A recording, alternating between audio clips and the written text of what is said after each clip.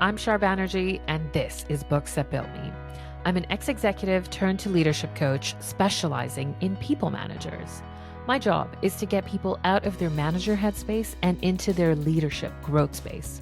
I typically work with clients to build leadership DNA and their self-leadership muscles in either group programs or one-to-one coaching. But on this show, we're going to dive deep into the stories of other leaders. And it all starts with a book that they believe has fueled their passion, influenced their decisions, and turned book lessons into life lessons. Welcome to Books That Built Me. Today, I'm in conversation with Caroline Thomson, and in today's episode, we're going to be discussing The Five Dysfunctions of a Team by Patrick Lencioni. This is part 2 of our 2-part episode. I'm so glad you could join us. Here we go. Commitment is an interesting one because it can mean many different things. And at first I was thinking about engagement, like being engaged towards the goal, being engaged, having a strong sense of engagement towards the company. But it's a lot more than that. It's quite complex. It's commitment to the decisions that the team makes, regardless of whether you originally agreed or not. It's like 100% commitment that you will do what you committed to doing, even if it wasn't your idea, or no matter what. We are here now, and this is what you commit to. So Yeah, I think it has multiple layers there, and it takes a yeah, lot of strength and courage, to be fully yeah. committed. What's coming to mind is that saying, disagree and commit. Like when you leave the Yes. room, even if you had to disagree, but you've disagreed and you commit. hmm hmm And that's not so easy to do. No, no, no. You know what I loved about the book is the commitment they say is in the context of a team. Commitment hmm is a function of two things, which is clarity and buy in. But they also say that the greatest causes for lack of commitment, and this really turned a little screw in my brain because it was so hmm deliciously put, is that the greatest causes for lack of commitment are consensus hmm and certainty, i.e., people don't want to commit because they want to know what's going to happen. And That's that so really true. got me thinking, that's so true. When you commit, you're almost committing to being okay in uncertainty, aren't you? Yes, and being okay with not having all the control, and being okay with having your colleagues back no matter what, happens. Yeah. Yeah. You're committing to the unknown of what happens next. Yes, and isn't it a great invitation for agility at that point? And, the ability to uncover the best solution at that time, Yeah. and be proactive and not always, reactive. Like if we have to control every step of the way because we want to know what's going to happen, perhaps we're missing out on some opportunities. Perhaps we're missing out on some opportunities. And hmm the consensus piece, the from what I'm quoting in the book, that's exactly what we talked about the disagreement part. And hmm he put it so beautifully. He says that great teams know that their opinions have to be heard and considered, but that their opinions aren't necessarily going to be the ones that are listened to. That hmm they are heard, they are considered, but that there may be a call that needs to be made that is different from the opinion that you hold. Yes. Yeah. Yes. And that is a reminder that everyone's opinion needs to be heard. And that means that even the quiet ones, even those who don't raise their hand, we need as leaders to proactively seek out, their opinion and let them know that we want to know what they're thinking, because otherwise, it's we might be headed towards like a consensus or a decision that's not taking into account all of the different factors.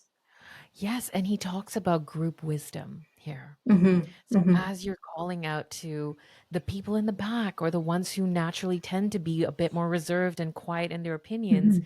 as you call out to the need for the leader to reach there and collect all possible wisdom from all pockets in the room, Mhm. what we're saying is that we have gathered the entire team's wisdom, and here's the call that we've made. So as we leave the room, if you need to disagree and commit, or if you are, in agree and commit, we leave the room committed. Mhm. Mhm.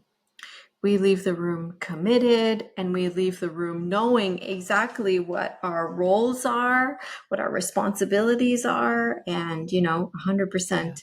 committed. And that Yeah. might take time. Like everything that we're Mm, talking about doesn't happen overnight. yeah. It could take many different, meetings and interventions to get there. Yeah. Yeah. And maybe people aren't ready for it, which in the True. fable she talks about beautifully, or I say she because I think that it's a real Yeah. story. Yes. But in the story, the Catherine. protagonist, yeah, Catherine, she calls us out. She is fully aware that what she has to present is so simple. It is simple, right? But it's radical for some. And for those, it may not be something that they're ready for. Hmm. And Hmm. there's obviously like a change in the leadership team as well that happens over the progress of the story. Um, but we talked about symptoms, and I just am curious about what are the symptoms of this dysfunction on commit? Like, what do you see that gives you the clue of, commitment is the issue here? Hmm. It being so high up on the pyramid, it's like the symptoms that we see sometimes also reflect that there is a lack of trust, a lack of uh, healthy conflict. So by the time we get there, there's, many different symptoms that can be intertwined. But what we Yeah. see is a level of dissatisfaction, with the direction or with the way that decisions are Mm, made. mm, So what we work on at this point at Iceberg Management is like determining how we will make decisions. What's our process? What's our methodology to make decisions? Because yeah. consensus is one thing, but it's not, the be all end all. It's like, what are the steps? So we go through like the decision making process, and we determine also the way that the team will, function. So at this point, we uncover, for example, the rules that we want to have in place in meetings. So what are the things that we need as a framework? Like, and this is sort of Yeah. more Yeah. Yeah. in Yeah. detail, but it helps with the commitment. If we all come prepared to the meetings, if we've Yeah. done our research, if we have a meeting agenda, if someone's taking notes, like it's helpful to move Yeah. towards a better commitment. What I'm hearing is that you're beating ambiguity. Yes. And what I'm hearing is that you're beating repetition. Right? Where Yes. you're probably in the same meeting, having the same argument or talking about the same things over and over, or this feeling of, I don't know what we're doing, or I don't Hmm. know what's going on. Hmm. Hmm. Mm, And how can we be committed if we don't know exactly what's going on, or if it yeah, hasn't been communicated clearly or properly? yeah, And even worse, how can we be committed if we don't know what our role is, or what, yeah, we are personally committing to? yeah, Like, all yeah, these things have to be crystal clear. yeah. Yeah, and there's actually this, I forget the term now, but it's essentially a survey on your own satisfaction in the work that you do. Hmm. And one of the Hmm. questions is, do you know what's expected of you? Hmm. And I Hmm. feel like that question is almost on like the underside of this commitment principle, in that, Yes. do you know what good looks like? Are you enrolled? Are you committed to the Hmm. group? Hmm. Yeah. Mm. Another tool that's useful at this point is to do like a RACI chart or a RACI exercise Yeah, to yeah, determine the roles and responsibilities of each function, so that yeah, it's crystal clear what the role is, what the commitment is, and how they are interrelated, where it starts and where it stops, where the next role yeah. begins. Yeah. And for anyone who's not familiar with the RACI principle, maybe Carolyn, you can just give us a quick what RACI stands for and what it represents for anyone in a team meeting and the role that they hold. Yeah, that's a good question. The R is for responsible. So, who is the person responsible for completing the task? The A is accountable. So, who is accountable for the task's success or failure? And who needs to be consulted? Like, who needs to provide input or advice? And the last letter, the I, is who needs to be informed. And sometimes it's multiple people, who need to be responsible, accountable, consulted, or informed. But it really helps with the clarity piece that you were touching upon, Shar. Yeah, yeah, yeah. So here we have it. Um, we have trust, Trust, which is the bedrock for conflict, productive conflict. conflict, which Hmm. is a bedrock for commitment. Hmm. And on top of commitment, we now have accountability. Accountability. Yeah. Yes, so that's another big one. So, Yeah. accountability means that we hold ourselves responsible for doing what we said that we would do, and Yeah. also that we are accountable for holding our colleagues accountable. Mm, Like the accountability is yes. for you, but also to Yes. hold each other accountable. Yes. And I'm sure you see this in the practical when you run these workshops. I'm Hmm. sure the default for most people is to say, well, the leader is Hmm. supposed to hold us accountable. So that's their job, not necessarily mine. It's interesting because I was listening to a podcast recently with Patrick Lencioni. Actually, Yeah. it's called "At the Table" with Patrick Lencioni, and he was talking about how, um, you know, impactful it is when your colleagues keep you accountable versus the leader. Because if my colleague, whom I trust and who trusts me, says, hey, you know what, you need to step it up. Or, you said that you would do this. Just so you know, the whole team is expecting you to come to the next meeting prepared with this. I just want to give you a heads up. That's so much more impactful than if the leader comes and says, hey, you were supposed to do this. Like, if we can help each other along with accountability and keep each other accountable as colleagues, I think that's how we build each other up. Yeah. Yeah, I'm so happy that he's still talking about this because this was my Hmm. biggest aha moment when I was Yeah. reading this one paragraph where he talks about like, listen, this might sound politically incorrect, but the most effective and efficient means of Hmm. maintaining high standards of performance in a team is peer pressure. And he Hmm. says that it's one of the benefits. Like, you don't have to have excessive bureaucracy around performance management or corrective action because more than any policy or more than any system, there's nothing like the fear of letting down respected teammates that motivates people to improve their own performance. And I was like, yeah, Absolutely. Yeah. this should be done more. Like, there should be a book on this alone. Yes, I'm sure there is. And that's really walking the talk, right? Yeah. Yeah, yeah, yeah. For me, this one was huge because in the story, how accountability shows up too is calling out your peers. Calling out your Yes. peers. Yes. And I think both of us remember sort of like a contentious point in the story where one person was not pulling their weight, and it took a long time, to figure that out.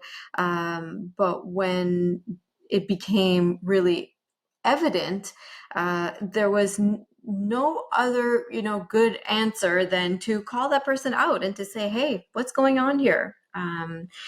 And it turned out, that person wasn't committed to the team, and had their own objectives and their own,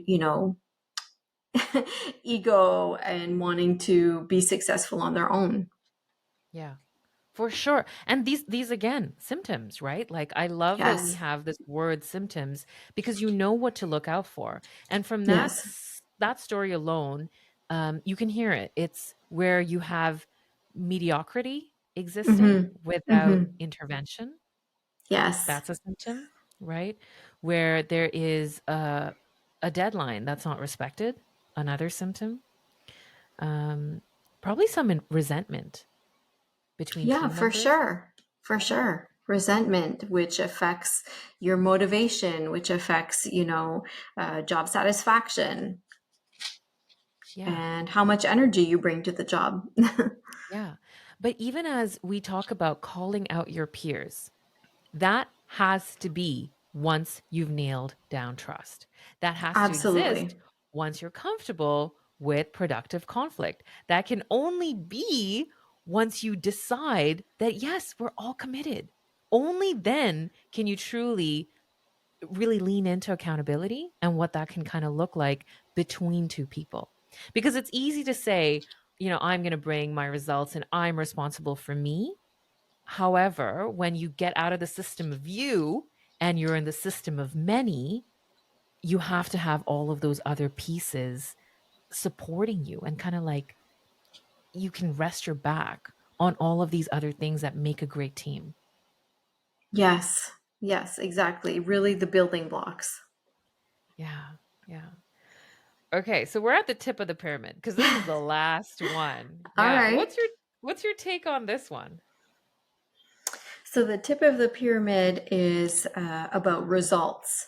And it's like striving for results as a team. So collective results versus individual results.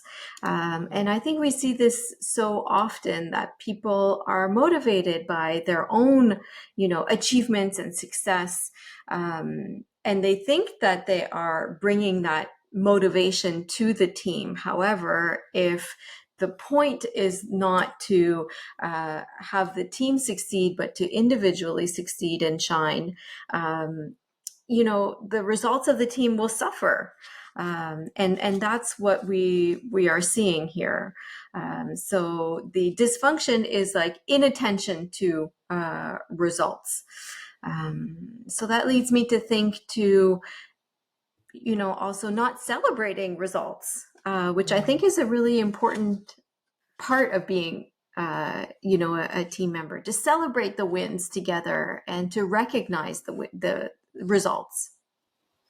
And it almost sounds like when you celebrate the win together, you're celebrating a win where it was a shared win.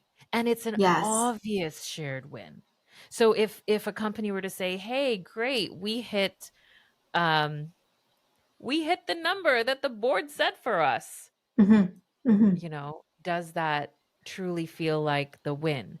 Or is there an opportunity to have a metric that truly touches everybody or encompasses everyone's efforts and all of the work output that they put together? Because he talks about that. He's like, yes, Hmm. profitability is a thing. Like that's Of undeniable course. for any Of course. organization, right? Like you would be silly to say, oh, I don't care about profits because organizations exist for Hmm. profit and that's the underlying Yes. thing. But the real, I want to say like magic dust is how do you get behind what profitability means to a goal that connects everybody. Yes. And profits may be thanks to sales, but it's also thanks to your customer service reps who serve your clients well. It's also your human resources, manager who hired the right staff. It's also your financial, your controller, who reports on the numbers. It's everybody, right? Yeah, for sure. It's the technology, it's the Technology. building, it's Yes. everybody who keeps all of the nuts and bolts running and Hmm. oiled and, sort of going so Hmm. that you can, so that you can, enter, fill in the blank. Yeah. For Exactly. me, for me, this one is probably um, the most obvious thing to see. Like when you probably walk into a room, you can probably see or feel this, like the stagnation or this lack of shared winning and what that feels like. Yes, yes. And I witnessed that recently in a team. It was very interesting. This is a quick anecdote. In a senior leadership team, we were talking about results, and they were saying, our results are great. We're stars in our, it's an international company. So we are a star country in this big company. And, we always do well and we're recognized, as being very profitable. But then when I asked them, okay, but this is the senior leadership team here. How are your results as a senior leadership team?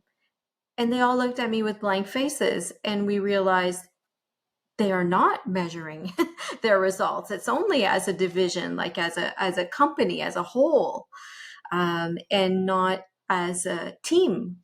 So that's another Right. example of measuring results. Back to the team thing. Yeah. Back to like, what is your role in your primary team Hmm. first? Hmm. Before you go and say, well, this is like my other team that I work with 95% of the time. This is where I spend my Hmm. time. But the 5% of the time where you spend that's actually your number one team. Hmm. Hmm. Exactly. Yeah. Exactly. Yeah. Yeah. Yeah. For me, the top piece of this pyramid, it touches on status. Status. Like Ah, status. yes. Hmm. And status roles are huge for people, right? Like you can't deny the importance that status plays in your operation as a human being. And Hmm. so I love that they talk about what it means when you just focus on your team status, like Hmm. where you spend 95% of your time and like really just shining the light on what your team's doing and how great your team is and look at how you exist in the team. And there's so much pride in belonging to this team, which is great at the onset. Like as you look at it, it can be deceptive, but it Hmm. is dangerous. Hmm. It's dangerous to have that much status within the team. And it's dangerous to also spend your time on individual status. Like, Hmm. Hmm. what's my next position going to be? How is this going to Hmm. add to my resume? Hmm. And the me ness of it Hmm. takes away from the we. Hmm. Hmm. So though it may exist, it Hmm. has its time and space. And if it's just living in the me, then the we doesn't exist at all. Hmm. Hmm. Exactly. And that's exactly what happened in the book. Towards the end of the fable, one of the executives brings up the idea of purchasing another company. And they spent a lot of time and effort, analyzing the numbers and doing a feasibility study, only to realize that in essence, this opportunity was really going to benefit only that one person for his Right. career, and not so much the Yeah. company. Yeah, So because he came from a they, place of frustration, right? He was like, yes. I was hired into this role. I have Yes. the ability and expertise to do M&A. Here is Hmm. my chance to do M&A, Hmm. and I want it because Hmm. it will look good on my resume. I have spent a year not doing that. I now need to spend some time doing that because it will look good for me. And this is a very familiar story, but that could have catastrophic, results in the end and take a company under. Yeah, absolutely. Absolutely. Okay. Well, that's the entire pyramid. For me, I think the one Yeah. question that really comes to mind is, as you're reviewing these concepts in detail with me and sort of thinking about what are the symptoms, how does it show up, what is the work that we do to really bring the best out in people, what is one of your favorite exercises that you love doing because it brings the best out in a team in a short period of time that our listeners can kind of like take away and explore? Yeah, that's a great question. Um, well, I don't know if it's an exercise, but doing the personality assessments and doing that self reflection is so deep because it allows you to discover the parts of yourself that you may not even know. And it's like holding up a mirror. And on the personality test, the Atman test that we use, it even says like your uh, probability to be more competitive versus collaborative. And just knowing that, doing that introspection of the things that are working for you and the things that, you might want to address or evolve from or learn from, I think that is like a gift in life and also a gift for your team because they will get the best version of yourself. So I think it's a very good investment, and a professional coach can be there to support the person in their evolution. Yeah. Yeah, that would When be was the my. first time when was the first time, Carolyn, that you did a personality assessment, and how did it like how was it for you? Yeah, the first time was probably a long time ago, and maybe about 10 years ago. And it was a little bit frustrating actually because there were some things that were coming up that I thought I had covered up really well. There were some things that were coming up that felt like that little voice inside of me that I was covering up with behavior, or that I had, learned to adapt to my environment, but they were still showing up as, true. And so it was a little bit frustrating, but it felt very vulnerable. And at the same time, it was the beginning of a self exploration that allowed me to accept the parts of myself that maybe society says that are not, what a leader is. You know what? I became the leader that I am today because I know all of the parts of myself and appreciate them instead of trying to, push them down. So I think it's a lifelong journey. Mm. You became the leader you are today because of the work that you did. Yes, Yeah. absolutely. And I Yeah. encourage everyone to do that. Yeah. And I want to just underscore that the gift of doing these kinds of things, these assessments or personality, there's so many out there, but the gift of doing it is seeing something that you may have never seen before. It's to Yes, know what you don't know. Is to, or at least to get the chance to know what you don't know that makes up who you are and how you live your life. Hmm. But you do I have love to be ready that. for it. You do have to be ready Yes. for it, right? Because you may see a result that you're like, wait, Yeah. what? Hold, pause, deliberate, gotta think, Yeah. gotta noodle on that. I certainly know that feeling. I've done a few in my life, starting from, similar to you, like more than a decade ago. And I remember having this feeling of, what does this mean? And how does this show up? And I wonder if, and all the questions and all the reflection. And I 100% agree with your sentence of, I am the leader I am today because of the self reflection work that I have to put in. Thanks to tools like this that make it Yes. possible for me to see myself. Yeah. Yeah. Exactly, exactly. I don't prescribe to us fitting into perfect little boxes, because of what society says that we should be. We are the way that we are. Our mosaics are beautiful and comprised of many different strengths and, areas of improvement. And so let's embrace them. Yay. And speaking of mosaics, this podcast is called Books That Built Me. Again, what a beautiful invitation to mosaic. And I'd love to conclude by asking you, like you recommended this gorgeous book, The Five Dysfunctions of a Team, a leadership Mhm. fable. Highly recommend, highly recommend. What an engaging conversation we had today. And the question that I want to ask you for our listeners is there another book that you feel has built you?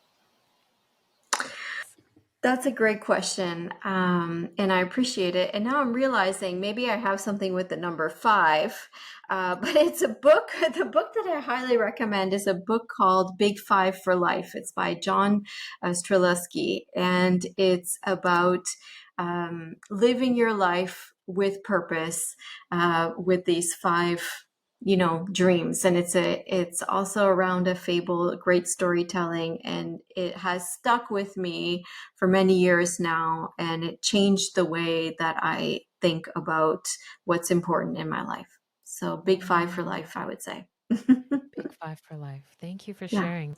Thank you for joining us today. Thank you for your wisdom, your storytelling, and always, as always, your energy has been just phenomenal. Thank you. Thank you so much. It was so fun. I love this experience. Thank you, Shar. You're so Thank you, welcome. everybody. And that's it for this episode of Books That Built Me. If you've enjoyed this episode, please take a moment to leave us a review. It really helps support what we're doing. Thanks for listening, and you can always find me on my LinkedIn at Shar Banerjee. If you're dealing with a leadership challenge, I would love to hear from you and have you join our community. And of course, I'll talk to you next Tuesday on a brand new episode of Books That Built Me.